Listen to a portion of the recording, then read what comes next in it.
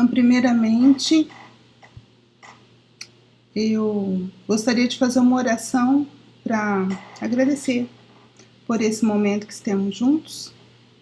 Então, Pai de infinita bondade, mais uma vez estamos aqui, mais uma quarta-feira que nos dispusemos a estudar, a compreender suas leis divinas, bondosas.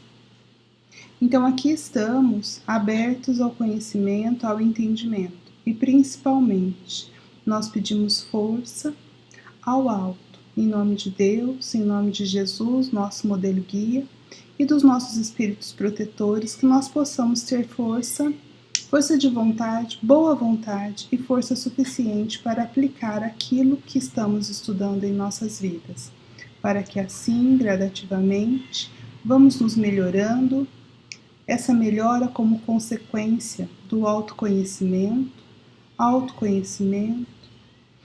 e, por fim, melhora de nós mesmos, e a partir da melhora de nós mesmos podemos melhorar essa nossa amada escola, o planeta Terra. Então, com o coração agradecidos, damos por aberto o nosso encontro de hoje, graças a Deus. Então, eu vou compartilhar a tela com vocês, viu, Fernando? Então, eu compartilho, leio um pouco, você já deve estar acostumado, e depois eu volto aqui para a gente conversar.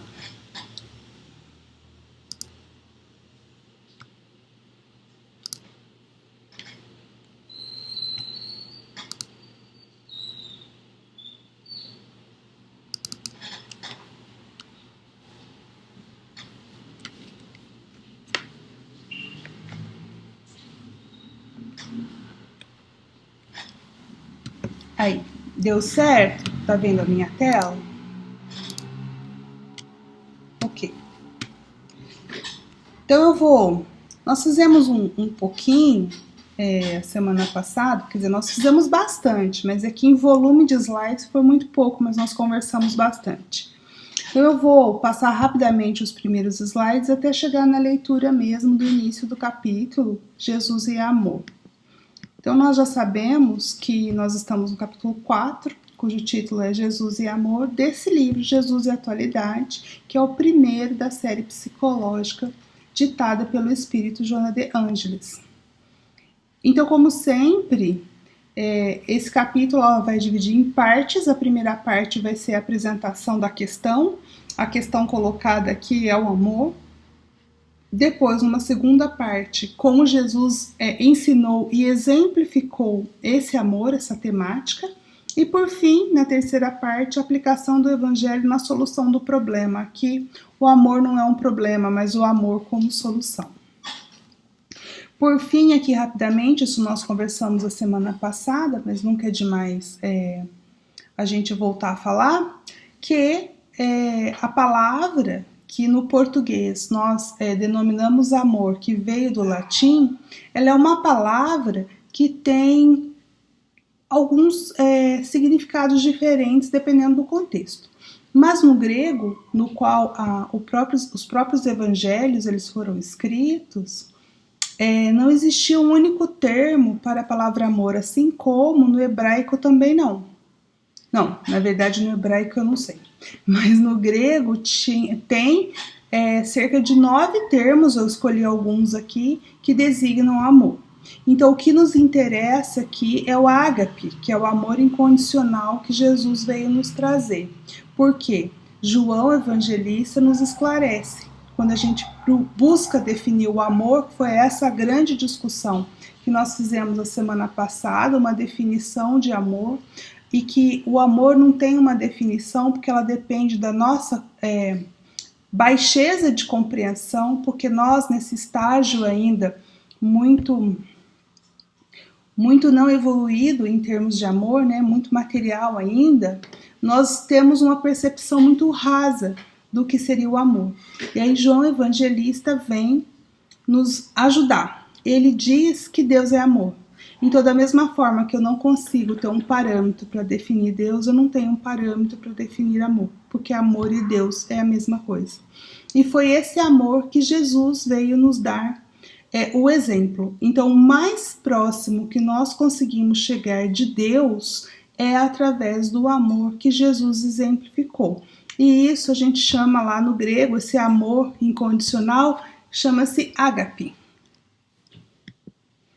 E aqui foi só para lembrar, a gente já viu isso nos capítulos anteriores, porque isso vai ser importante para a gente entender que Jesus ele tem duas naturezas. A natureza humana, que foi aquela personalidade que esteve aqui conosco encarnada, e a natureza divina, o Jesus divino.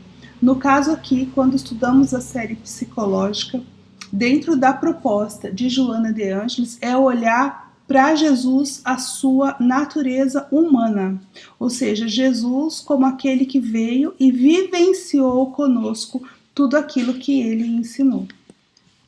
E agora sim, por fim, finalmente, nós vamos começar o capítulo. Então eu vou fazer a leitura, agora eu vou mais devagar, porque agora é inédito, nós não falamos nada disso semana passada. Então a mentora, ela vai iniciar dizendo para nós que a figura humana de Jesus confirma a sua procedência e realização como ser mais perfeito e integral jamais encontrado na Terra. Então, aquilo que eu acabei de dizer para vocês, né, que nós podemos enxergar Jesus de duas maneiras, a forma humana e a forma divina. Então, aqui vem Joana na primeira frase e diz: eu estou olhando para Jesus como a figura humana, essa personalidade que esteve aqui encarnada conosco, que viveu as vicissitudes da vida, que sofreu conosco, que amou, que chorou. E só que a forma como Jesus se comportava no mundo já dizia que ele veio, a sua procedência, a sua conexão com Deus. E Jesus foi uma personalidade na Terra que se realizou. A gente fala muito de individuação dentro da psicologia, não é mesmo? Então, Jesus já era realizado, autorrealizado, ele já tinha sofrido o seu processo de individuação, ou seja, um ser individual, mas totalmente integrado com Deus. E aí Jesus, como é nosso modelo e guia, né, é o ser mais perfeito, ou seja, é o homem que a gente chama de regenerado. Então, quando nós dizemos que Jesus é o ser mais perfeito e integral que jamais foi encontrado na Terra, a doutrina espírita, como uma doutrina cristã, traz isso lá no Livro dos Espíritos, que Jesus é o modelo e guia da humanidade, ou seja, se nós queremos regenerar a Terra, olhemos para Jesus. Toda a vida dele se desenvolveu nesse plano de integração profunda com a consciência divina. Por isso que Jesus falava: eu e o Pai somos um. Ou, quando a gente diz que Jesus é filho unigênito do Pai, isso não quer dizer que Jesus é filho único, porque nós somos irmãos dele, nós também somos filhos do Pai. Mas quando Jesus fala unigênito, é que ele, em consciência, estava integrado com Deus e nós estamos fragmentados. Então, Jesus se integrava com a consciência divina e nós fragmentamos. Então, é o caminho que nós temos que percorrer para como ele ter uma consciência integrada com a consciência divina. Então, ao mesmo tempo que ele estava integrado na consciência divina, ele conservou a sua individualidade. Então, quando olhamos para Jesus, nós temos Jesus, ele como ele mesmo, né? Com a personalidade dele, num perfeito equilíbrio psicofísico. Então, é muito importante isso, porque às vezes nós temos a ideia, vimos algumas ideias, de que nós vamos evoluir e nós vamos nos dissolver nessa consciência divina. Não é verdade, né? Se a gente olhar para Jesus, a gente vê Jesus totalmente integrado com Deus, mas sendo ele uma individualidade. Então nós vamos evoluir para ser uno com Deus, mas não dissolvidos na consciência divina. Isso também está lá no Livro dos Espíritos. Agora eu vou voltar para vocês para a gente poder conversar um pouco sobre isso. Ai, chegou mais gente, eu acho. Oi, Carla. Oi, Eduardo. Que eu não tinha visto vocês. Boa noite. Conseguiu acompanhar a leitura? Eu não sei que hora que vocês chegaram, né? Porque quando eu vou para a tela... Isso, eu fiz mesmo, isso mesmo. Ah, então tá bom. Então tá. Bem-vindo, Ronaldo. Então tá. Bom, então, gente, é isso. Então, Ronaldo, sei que você acabou de chegar, né? Isso? Eu fiz uma. Ok, Eduardo, entendi, tá bom? Então, que pena, não vamos ter suas contribuições, mas já já talvez você consiga habilitar. Então, nós fizemos, Ronaldo, só uma recapitulação da nossa conversa de semana passada. E eu acabei de fazer a leitura do primeiro e do segundo parágrafo do livro, tá bom? Alguém tem algum comentário para fazer?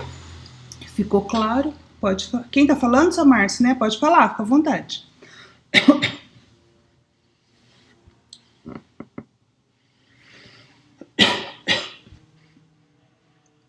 Isso.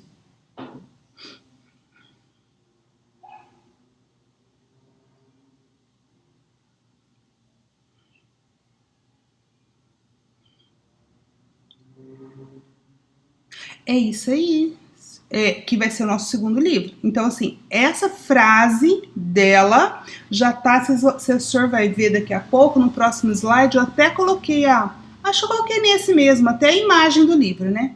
Então, o que vai acontecer? No Homem Integral, ela vai se aprofundar um pouco mais de o que nós temos que fazer para seguir Jesus, para se integralizar. Então, quando ela fala integral, Márcio, é a individuação que a gente conversa tanto, né? Nosso processo de individuação, da nossa integração com a consciência divina, com Deus e nós, é esse processo de nos tornar um homem integral também, junto com Jesus, né? Assim como é Jesus. Bem-vinda, Graciete. Eu vi que o Eduardo conseguiu aí pelo menos a imagem. Então vamos ler mais um pouquinho. Viu, Graciete? Você chegou agora? Eu só fiz a leitura. Sim, não tem problema não. Eu tô falando isso não para falar que você atrasou, mas para te dizer que a gente só leu os 2 primeiros parágrafos, tá bom? Agora nós vamos continuar a leitura. Bem-vinda. Então eu vou lá compartilhar de novo. Esse programa ele é mais difícil, o outro era mais fácil. Mas, enfim, a gente vai. Então, aqui, ó. Tá vendo, Márcio? Até eu coloquei aqui a imagem do segundo livro, que é o próximo que nós vamos estudar, tá vendo? Tá aqui, ó. Para que ela fala de integração, desse homem integral, é exatamente esse livro mesmo, né? Que eu acredito que 2021, né? Eu não sei, eu acho que 2021 a gente começa ele. Porque no ritmo que a gente tá indo, agora acho que a gente pegou um ritmo, acredito eu. Então, cada capítulo tá demorando 2 semanas. Depois eu vou fazer as contas para ver quando é que a gente, nesse ritmo, quando que a gente termina para poder começar o Homem Integral. Mas sem ansiedade, né? Vamos aproveitar esse que eu acho que já tá sendo de bom proveito para todos nós. Então, vamos continuar a leitura. Joana diz que como consequência, ou seja, a consequência dessa integralidade, dessa integração de Jesus humano com a consciência divina, ele transmitia confiança, porque ele possuía um caráter com Oi? Não! Ué, eu achei que eu tivesse comentado, mas a gente volta. Acho que eu só li, né? Enfim. Não, então, que é basicamente isso que nós estamos falando. Quando a vida terrena, os 33 anos que Jesus aqui esteve conosco, toda a vida dele foi uma integração com essa consciência profunda. Tanto que, nas várias situações, muitas vezes ele se recolhia para orar, ele perguntava ao Pai, ele sempre, em qualquer decisão, ele buscava em Deus essa inspiração. Então a vida dele foi vivida, né, vamos dizer assim, com essa integração. Aí já que eu voltei, eu não ia comentar não, Mas já que eu voltei, eu tenho uma coisa interessante, né? Porque a época de Jesus, eu não sei se vocês sabem, provavelmente sabem, as mulheres lá na Palestina, elas não podiam nem sentar à mesa para compartilhar uma refeição com os homens. E Jesus, ele sentava à mesa com as mulheres, justamente para mostrar que homens e mulheres todos eram filhos do mesmo pai.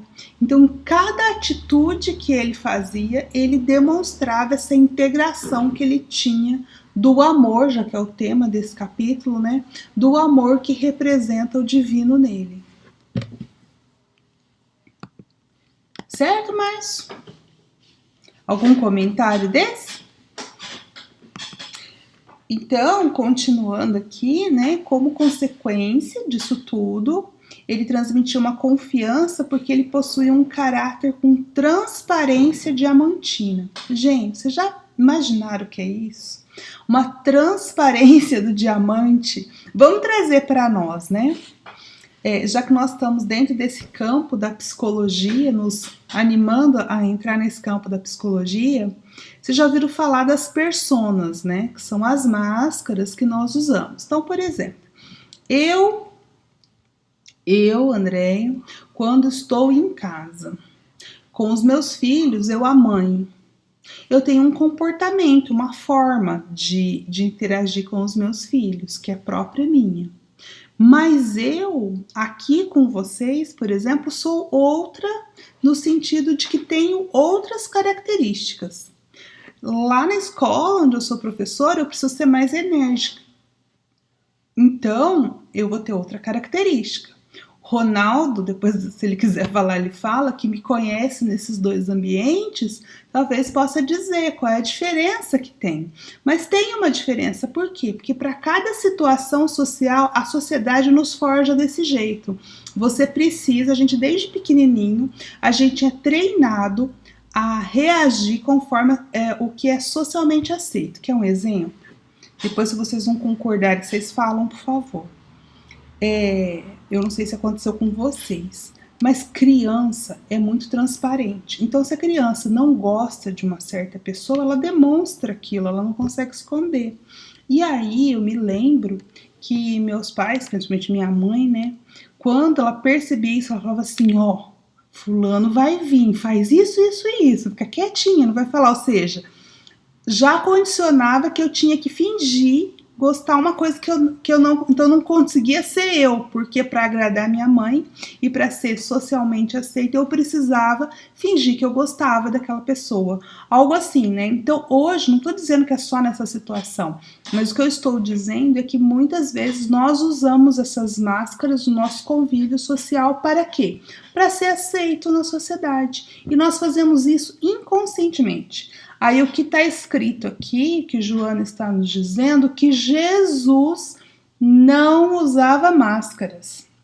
Jesus não fazia isso, ele sempre era ele, de uma transparência diamantina, que ele nunca se submetia às injunções vigentes. Então, ou seja, ele não ficava preocupado com o que a sociedade achava.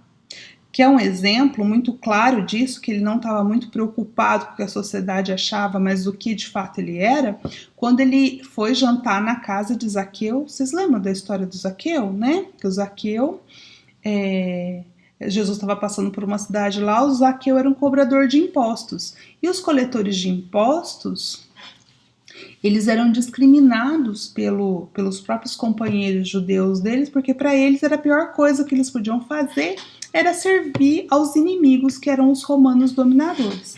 Enfim, Zaqueu não era muito bem visto. E aí Zaqueu sobe de uma árvore para ver Jesus passar, Jesus passa embaixo da árvore e chama ele pelo nome de Zaqueu, desce já daí, vai para sua casa, porque hoje à noite eu vou jantar na sua casa. E assim Jesus faz. E quando Jesus entra na casa de Zaqueu, ele fala assim, hoje a salvação entra na sua casa. Então, o que acontece? Se Jesus fosse ser guiado pelo aquilo que a sociedade achava, ele jamais iria na casa de um publicano. O publicano era um cobrador de impostos. Mas não, ele sabia que Zaqueu estava no momento de... como é que eu chamo? O momento chave da vida dele. Então, era importante que Jesus fosse à casa de Zaqueu, porque aquele momento era o momento da conversão de Zaqueu. Depois eu conto mais algumas coisinhas para vocês. Mas enfim, então tá vendo? Então não é porque era socialmente errado que Jesus se submetia. Jesus fazia aquilo que ele achava correto. E a pergunta é, quantos de nós temos a coragem de fazer o que é correto, sabendo que nós vamos ter retaliações por conta disso? Hoje, muitas vezes, é muito mais fácil eu me omitir nas redes sociais do que eu dar uma opinião que eu sei que eu vou ouvir lá algumas coisas, não é verdade? Então é isso, Jesus está nos mostrando a coragem de ser quem ele era. Características de uma cultura, então o que acontece? Essas injunções vigentes da época dele era característica de uma cultura bastante primitiva. Acabei de citar o preconceito com as mulheres, com os coletores de impostos, com os romanos, com quem era estrangeiro, na qual predominava o suborno das consciências, o conservadorismo hipócrita. Jesus muitas vezes chamou os fariseus de hipócritas, uma legislação tão arbitrária quanto parcial, ou seja, as próprias leis desse povo eram arbitrária e parcial. Tanto é que no episódio da mulher adúltera, eles vieram, né, os acusadores, com a lei, com o crime, com as testemunhas, e mesmo assim eles não condenaram, porque Jesus disse que eles poderiam aplicar a lei, desde que eles não tivessem nenhum pecado. Então era arbitrária, a legislação só valia para alguns. Tanto é que no episódio da mulher adúltera, né? Quem adultera, gente, para pensar comigo se vocês concordam. Se tinha o caso da mulher adúltera que tinha sido pega em adultério, tava faltando gente, né? Será que a mulher ela adulterava sozinha? Né? Tava faltando alguém. Cadê o homem? Que eles só estavam acusando a mulher, então não era arbitrária e parcial? Depois eu vou contar mais sobre o episódio da mulher adúltera, porque lá no livro Boa Nova, Humberto de Campos nos conta mais detalhes, mas eu vou guardar para a hora certa. Daqui a pouco eu falo dela. Então, essa legislação era arbitrária e parcial, uma preocupação extremamente formal com a aparência e em detrimento dos valores legítimos do indivíduo. Aqui eu vou terminar com uma provocação para vocês. Essa era a sociedade judaica da Palestina de 2000 anos atrás. Será que hoje também é assim ou nós já melhoramos? Será que ainda nós... eu vou repetir para vocês pensarem. Será que ainda predominam entre nós o suborno das consciências? O conservadorismo hipócrita? Uma legislação arbitrária, que a lei só serve para alguns, não é para todos? E uma preocupação com a aparência. Será que nós mudamos isso ou ainda a nossa sociedade é desse jeito? Vou interromper o questionamento, eu sei que eu provoquei vocês demais e aguardo o retorno. Alguém?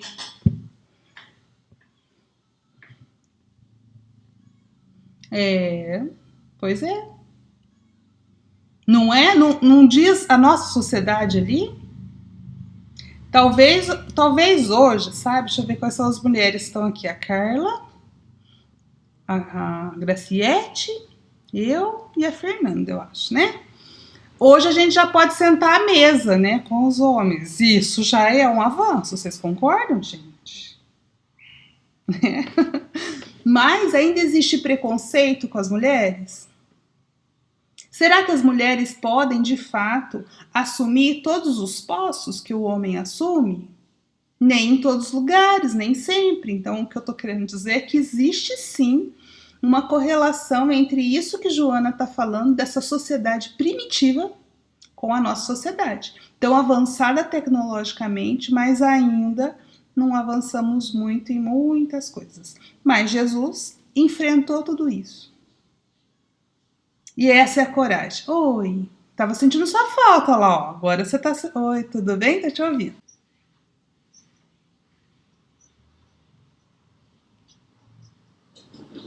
É isso mesmo. Ó, teve um grande sábio que já disse isso. Sabe quem foi, Eduardo?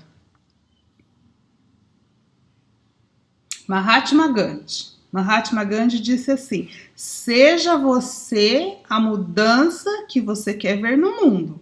E assim, você falou com outras palavras, né? Então você inovou nas palavras, mas é a mesma coisa.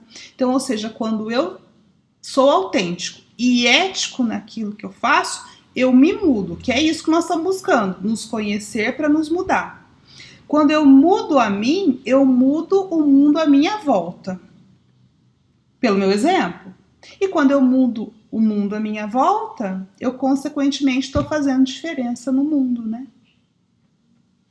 Então, assim, a nossa responsabilidade é muito grande, mas para isso nós temos que ser autênticos, seguindo Jesus, e não nos ficar colocando atrás de máscaras para ser aceito na sociedade. Eu tenho um exemplo muito atual para vocês. Aqui em casa, nós estamos cumprindo o isolamento social, né? Então, eu estou em trabalho remoto, eu saio muito pouco de casa, estou até ficando estressada, assim, tem hora que eu quero ver o mundo, porque aqui eu não tenho quintal, enfim. Mas, estamos cumprindo. E aí, o que acontece? O que aconteceu nesse final de semana, que é o exemplo que eu quero trazer para vocês. Independentemente das nossas opiniões, se deve ter ou não deve ter, o que a gente fala é o seguinte: nós temos que respeitar a decisão, né? E aí o que acontece? Aqui em casa eu tenho um filho que adora sair, é muito sociável, e ele também sofre por conta disso, porque ele queria estar fazendo outras coisas, né? Ele queria estar no clube, nadando, enfim, correto. Andando de bicicleta, outro dia ele me pediu: mãe, posso andar de bicicleta? E sentei com ele e falei: não pode, filho, sabe por quê? Por isso, expliquei. Então ele entende. Aí o que ele veio me contar no domingo? Que ele tem um grupo no WhatsApp e os amigos dele estavam combinando de ir no clube.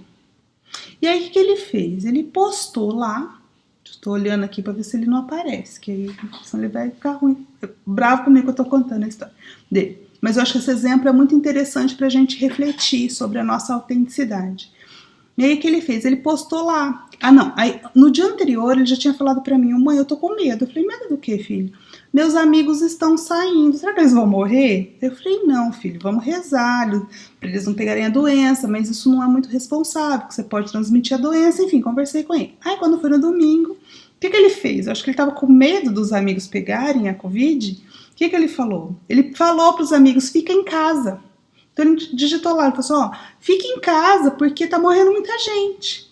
Aí os amigos, aí ele contou que ele tava triste, porque os amigos falaram assim que isso era a opinião dele e que essa doença não estava aqui, sabe? Assim, aí retaliaram ele, vários, e pegaram e tiraram ele do grupo, expulsaram ele do grupo. Então aí ele ficou chateado, aí eu conversei muito com ele, eu falei: não, filho, você foi autêntico, você tentou dar um conselho para eles, por mais que eles não concordem com você, eles não respeitaram a sua opinião. Enfim, tô querendo dizer assim, isso aconteceu com uma criança, mas com quantos de nós isso não acontece? Quando a gente conversava política o ano passado, vocês lembram que pessoas brigavam uma com a outra, aquele desrespeito? Agora é a mesma coisa.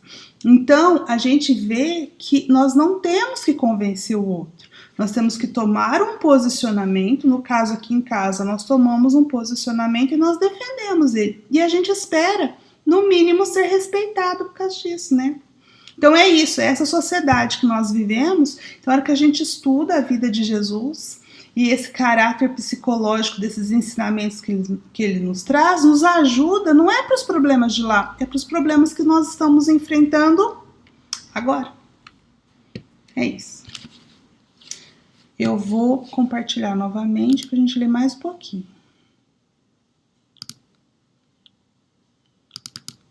Ai, resolveu travar, gente. Peraí. Vocês estão vendo a tela? Então, peraí.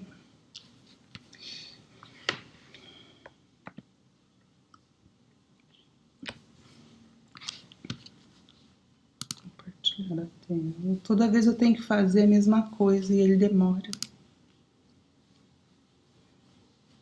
Aí, pronto. Então, a gente já viu aqui, né, que Jesus não usa máscaras. Então, se queremos seguir Jesus, devemos começar a nos despir das nossas máscaras. Agora vocês estão vendo. Ai, fiz errado. Agora vocês estão vendo, né? Cliquei errado, mas eu já chego lá onde a gente estava.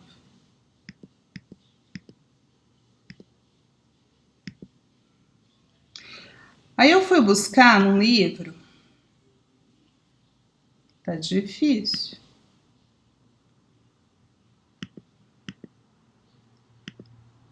Vocês conhecem um livro chamado Renovando Atitudes?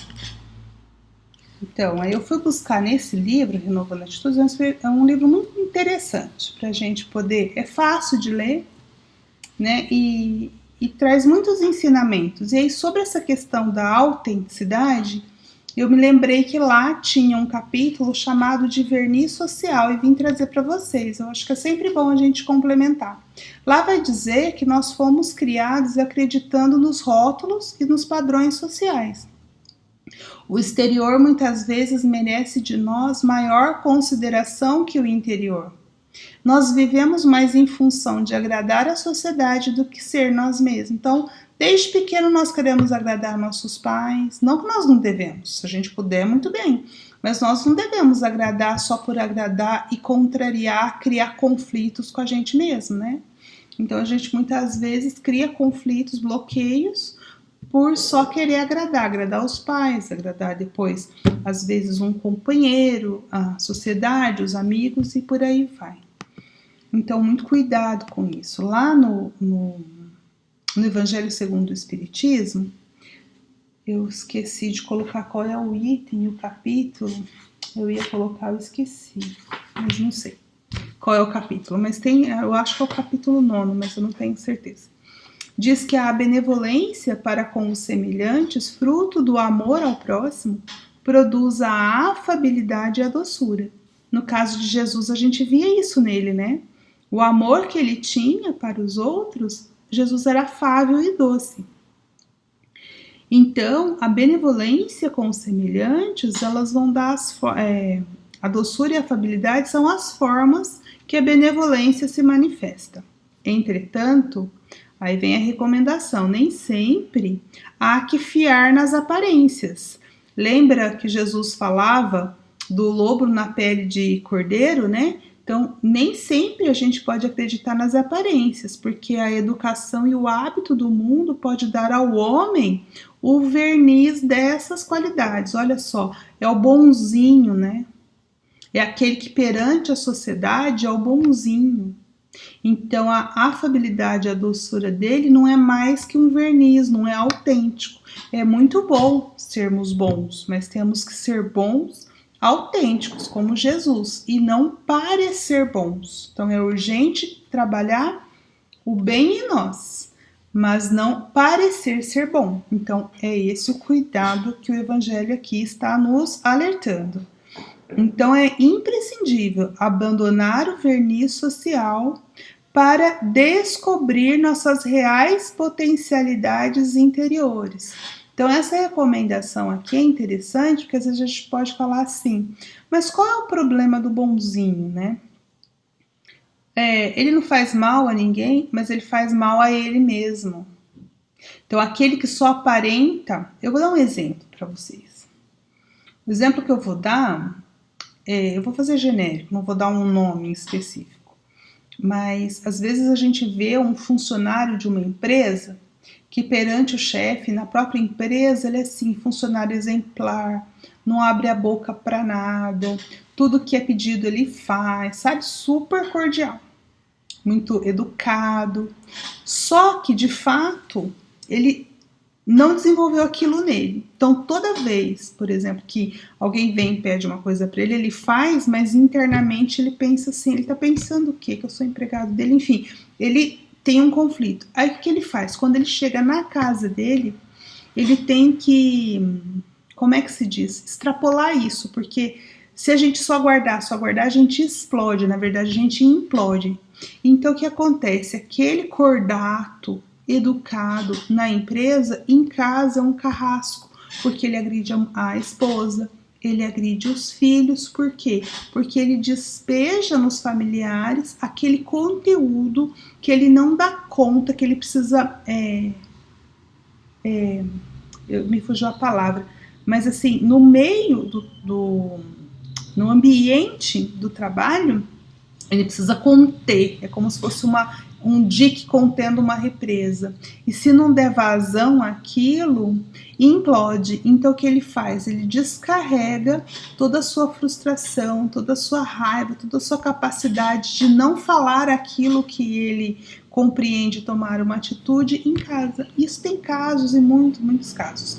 Então é isso. Então quando nós só temos o verniz social, nós estamos escondendo em nós as potencialidades interiores, ou seja, os talentos que Deus nos deu. Vocês lembram daquela parábola dos talentos?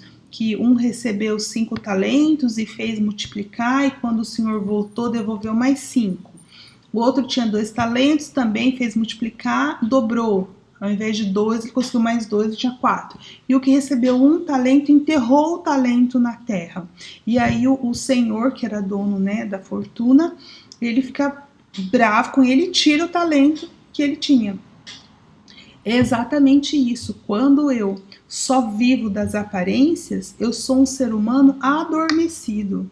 Eu não estou cumprindo o que eu vim para fazer, porque nossa grande missão, nossa, de todos nós, sem sombra de dúvida, é avançar, nos conhecer e nos melhorar. Esse é o objetivo de toda encarnação. Só que quando nós nos dispomos a viver uma vida só para o outro, para satisfazer os desejos de outrem, nós estamos abandonando a nossa proposta reencarnatória. E é como se eu estivesse enterrando o talento. Então, até aquele que menos tem, né? O que mais tem lhe será acrescentado, e o que menos tem, até o que tem lhe será tirado. Isso é o fundo da parábola dos talentos. Então, cuidado com os vernizes, que na verdade são as máscaras, né, que a gente tem. Vamos ler mais um pouquinho? Então, Jesus era portador de uma lídima é legítima. Então, portador de uma legítima coragem. Ele se insurgia contra a injustiça, onde e contra quem se apresentasse, nunca se omitindo, mesmo quando o consenso geral atribuía legalidade ao crime. Então a coragem é importante, não sei se vocês gostam de etimologia da palavra, coragem, né, o cor, ali ó, cor, tem a ver com a raiz de coração, não sei se vocês sabiam, né? Então coragem é agir com o coração. Então Jesus tinha a coragem de se insurgir, não com violência, mas se posicionar, jamais se omitiu. Aí eu falei para vocês que eu ia falar da mulher adúltera, por quê? Porque nesse momento Joana está, né, lembrando esse episódio, porque ela fala, mesmo quando o consenso geral, ou seja, todo mundo entendia que era um crime, que era legal o que ia acontecer. Então, o que acontece? Na história da mulher adúltera, então aconteceu, né, o adultério, e antes que vocês pensem em Maria Madalena, não é Maria Madalena, não sei se vocês sabem, a mulher adúltera não é Maria Madalena. Isso está lá no livro Boa Nova, de Humberto Campos. Então, a mulher adúltera tinha sido sim, era verdade, tanto que ela não se defende, ela foi pega em adultério. E ela é levada para Jesus, Jesus está lá no local, então chega os doutores da lei com a mulher adúltera e para desafiar Jesus, porque quando Jesus não fala nada, na verdade, porque Jesus não foi chamado, né? Jesus não fala nada enquanto ele não é chamado, tá lá, fazendo rabisquinhos ali assim na areia.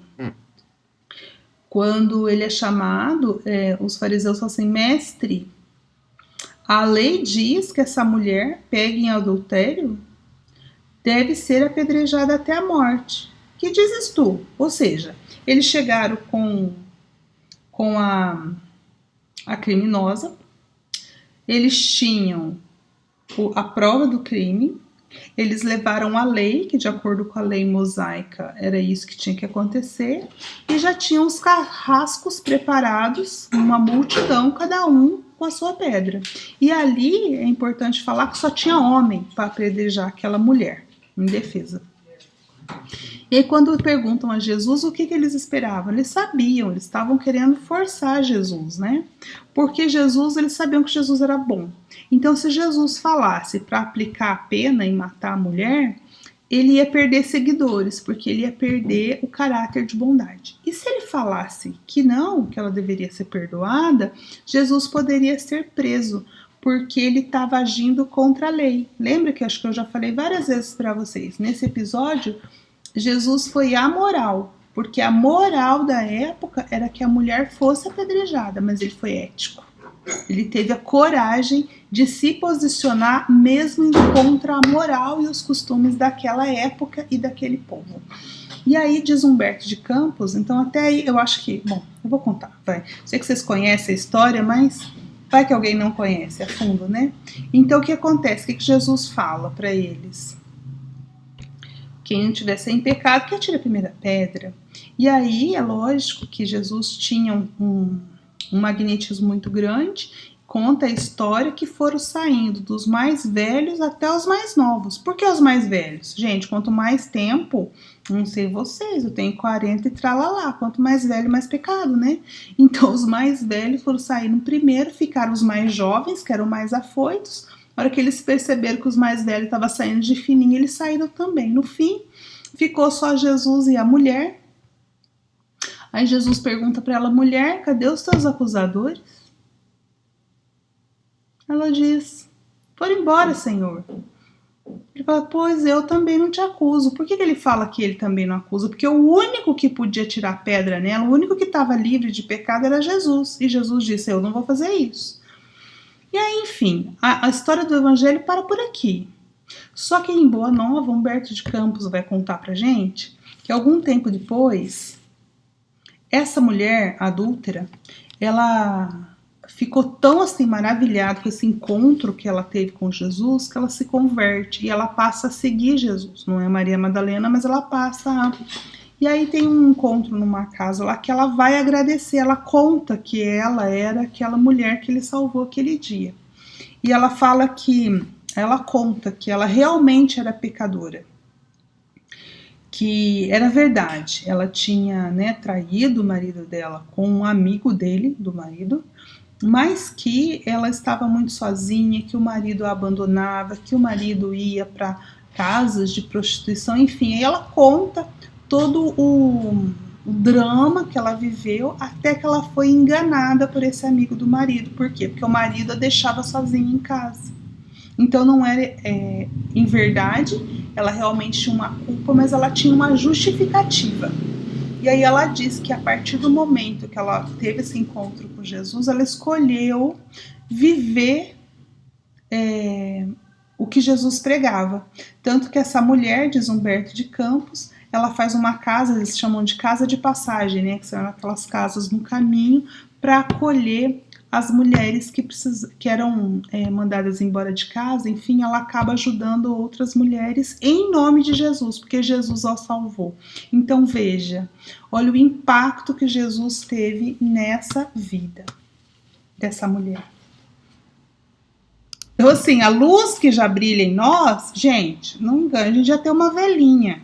Pode não ser uma luz muito assim, mas uma velinha no escuro, vocês concordam que já é alguma coisa? Que não seja uma velinha, eu acho que eu não sou uma vela. Eu acho que eu sou um fósforo, tá? Então assim, um fósforo que brilha ali, mesmo que no tempo que ele brilhe, já é alguma coisa, sabe, Eduardo? Então assim, nós vamos vibrar para você. Você vai conseguir mais vezes se posicionar, tá? Conte com a nossa vibração, tá bom? Eu tô falando pro Eduardo porque o Eduardo fala, né, gente? Viu, Eduardo? Porque tem muita gente que faz igual você, mas não fala aqui no grupo, né? Você tem coragem de falar, então isso que é muito bom. Porque nós somos assim. Nós somos assim. É muito mais cômodo para nós. Agora eu tenho uma notícia ruim pra vocês. Pode dar? Falar, não vem com notícia ruim não, né? Nós estamos num momento de transição planetária. E nesse momento de transição planetária, não vai existir em cima do muro, porque até agora a gente vem evoluindo assim, a gente fica em cima do muro e deixa a coisa acontecer. Nesse momento que nós estamos, nós vamos ter que escolher um lado do muro. Ou a gente cai para cá ou cai para lá. E não fazer o bem já é fazer o mal. Então, lembre-se disso. Então, nós estamos em época de transição. Então, nós vamos ser cada vez mais confrontados com situação que vai exigir de nós posicionamento. Então, não tô falando para o Eduardo não, viu, gente? Falando para todo mundo. Mas para mim, porque quanto mais eu falo, mais quando eu tiver que agir, eu lembrar, você falou isso, né? Então, nós vamos ser colocados em situações que nós vamos ter que nos posicionar. E o que acontece? Não fazer o que é correto, já estamos no caminho do mal. Registraram isso? E esse conselho foi de graça, tá vendo? Eu nem cobri. Vamos ler mais um pouquinho? Falta 1 minuto. Eu vou ler mais um parágrafo e a gente encerra. A gente fala muito, né? Não vai dar para terminar a primeira parte, mas tudo bem. Eu tô achando, seu Márcio, que nós vamos começar o Homem Integral em 2022, nesse andar da carruagem. Aguenta? Acho que aguenta sim, acho que nós vamos estar todos aqui. Aliás, eu vou começar a... Paciente e pacífico, quem? Jesus, né? Paciente e pacífico, mantinha-se em serenidade nas circunstâncias mais adversas e jovial nos momentos de alta emotividade, demonstrando a inteireza dos valores íntimos em ritmo de harmonia constante. Então, olha só, aqui ela está dizendo que em qualquer situação, por mais grave que fosse, Jesus se mantinha pacífico e paciente. Eu trouxe aqui como exemplo o episódio da prisão de Jesus. Jesus sabia tudo o que ia acontecer. Então, quando ele recebe o beijo de Judas, que vai indicar que ele era Jesus para os guardas do templo, como é que Jesus o acolhe? Jesus diz assim: amigo, faça logo o que tem que fazer. Então, olha só a serenidade. Ele não julgou, não criticou Judas. Você vai ter que fazer, então faz, né? E quando diz a história que é Pedro, mas no evangelho eu fui buscar, não diz que é Pedro, diz que um dos apóstolos que estavam com eles embainha a espada. O que Jesus fala? Jesus fala assim: guarda já a espada na bainha, pois todos que usam a espada, pela espada morrerão. Então Jesus nos demonstrava, mesmo nas situações mais complexas da vida dele, por quê? Porque ele tinha uma vida, um corpo, e apesar dele saber da vida imortal do espírito, o corpo sofre, né? Ele fala isso, o espírito está pronto, mas a carne é fraca, ou seja, ele sentiu dores. Então ele podia ter reagido diferente, mas ele tinha que fazer, ele foi um missionário diferente, ele praticava aquilo que ele dizia que era para fazer. E aí, até no momento final, sabendo tudo o que ia acontecer, ele foi paciente e pacífico. Isso é uma forma de amar.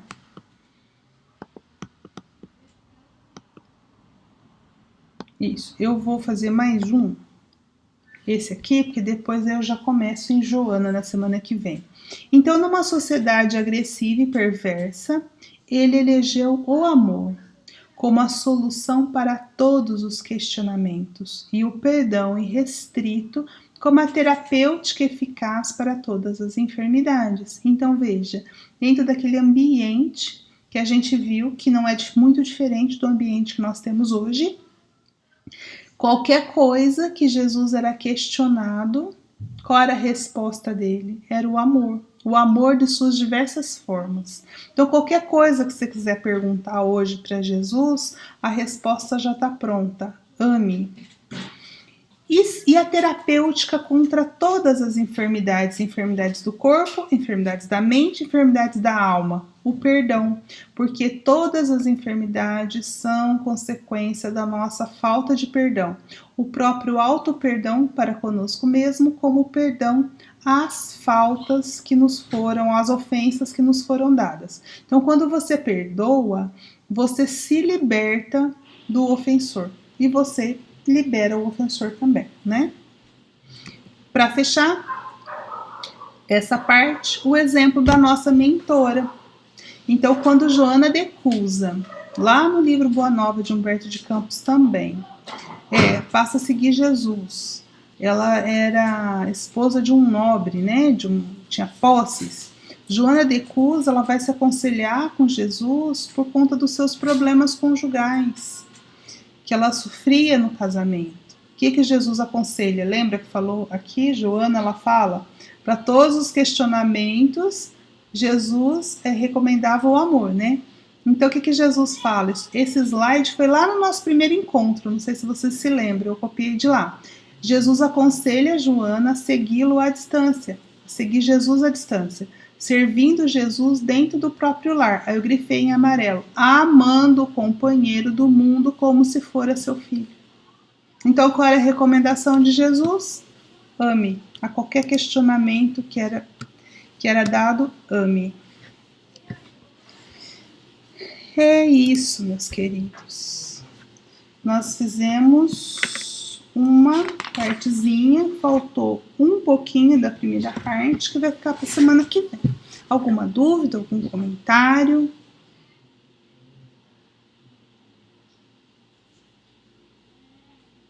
Não? Então, nós vamos encerrar. Então, eu agradeço demais a oportunidade que vocês me dão, né, de a gente estar estudando juntos aqui. Espero que essas nossas reflexões em cima daquilo que Joana vem nos trazer possa nos ajudar a ser melhores, porque esse é o nosso objetivo, a vencer a nós mesmos, não é ser melhor que ninguém. Tá certo? Obrigada, Eduardo.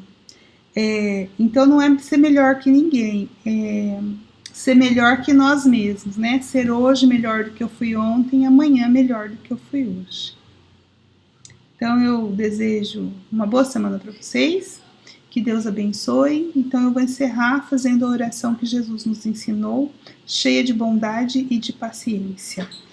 Pai nosso que estais nos céus, santificado seja o teu nome. Venha a nós o teu reino. Seja feita a tua vontade, na terra como é no céu. O pão nosso de cada dia nos dai hoje. Perdoai as nossas ofensas, assim como nós perdoamos a quem nos tem ofendido. Não nos deixeis cair em tentações, mas livrai-nos de todo o mal. Assim seja. Deus abençoe vocês imensamente, que vocês possam ter condições de receber as bênçãos de Deus. Eu vibro por vocês em paz e em saúde e pelo lar de vocês também. Graças a Deus, Deus abençoe.